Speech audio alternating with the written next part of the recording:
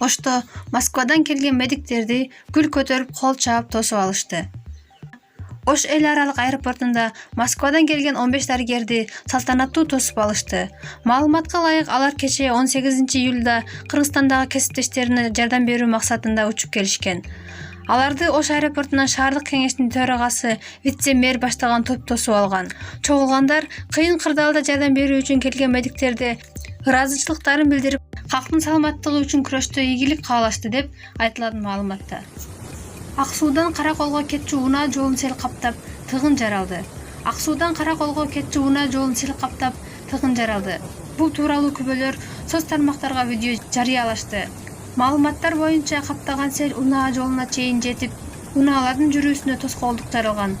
Ошондой эле күбөлөр башка унааларга азырынча жолго чыкпай турууга чакырышкан.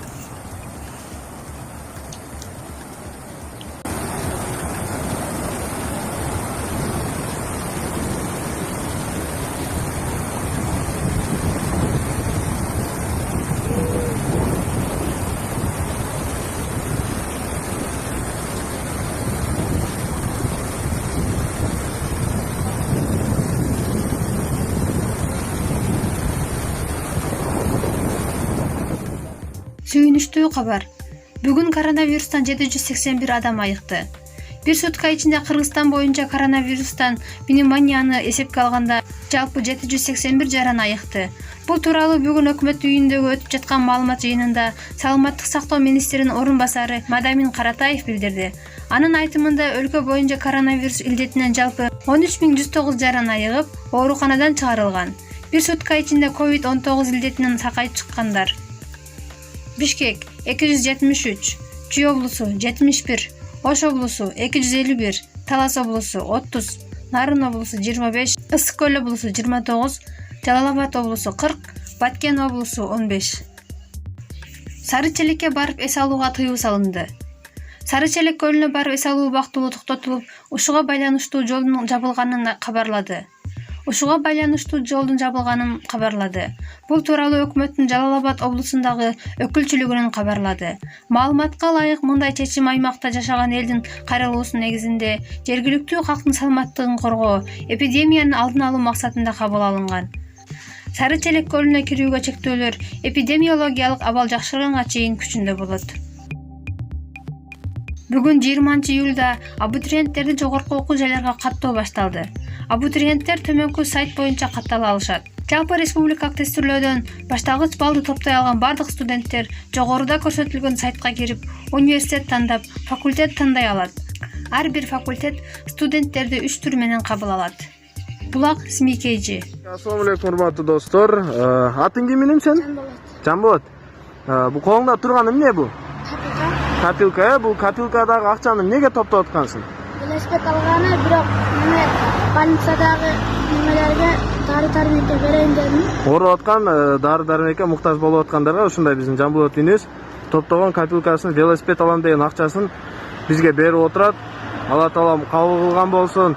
Молодец. Велосипедти буйрса кийин аласың, а? Элүүз аман болсо велосипедтен дагы көп кыласың. Азамат. Кийбейт, башкалар маскасын тагып атат. Сунуш айтсаң аныңды кагып атат. Кемчилигин айтсаң дагы тоготушпайт. Буларга азыр кошомат кылгандар жагып атат. Жумуш жок, бирок салык салып атат. Четтен келген акчаны алып атат. Ал акчалар кайда деп сурасаң, суроолоруң жоопсуз бойдон калып атат. Кайрымдуулар мекен деп жанып атат. Алам эмес, берем деп тыйынын табып атат. Анан неме? Шайлоодо мен минткем деп келбегиле. Силер эмес, азыр деген элди эл багып атат. Чубак ажынын үй бүлөсү сөөк кою жөрөлгөсүндө чыгым кетирбей, дары-дармек үчүн 100 000 сом каражат бөлдү. Бул тууралуу маркум Чубак ажы Жалиловдун жардамчысы Улан Давлеткулов берген маегинде маалымдады. Эске сала кетсек, 2020-жылдын 11-июлунда көз жумган маркум Чубак ажы Жалиловдун үй бүлөсү шариятка ылайык акыркы сапарга узатышты. Сөөк коюда ашыкча чыгымдын ордуна өлкөдө илдет менен күрөшүүдө жардам колун сунушту. Алардан Аллах өзү ыраазы болсун. Тирүүсүндө өзү айтып жүрсө, көзү өткөндө да мисал болуп кете берди. Айтып жүргөн сөздөрүнө жасаган иштери дал келген инсан эле. Көзү тирүүсүндө шариятта бар өкүмдөрдү аткаралы, тыюу салынган нерсени аткарып жашообузду оорлоштурбайлы деп айтып жүрчү эле дайым.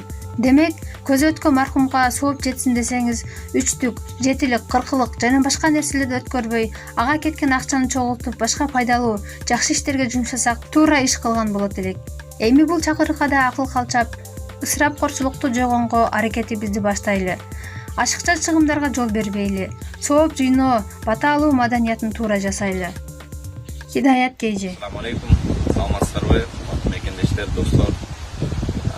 Мен жанымда шейх устазыбыздын уулу Абдулла, анан шакирти Райымбек, машинеси биякта академиясы турат.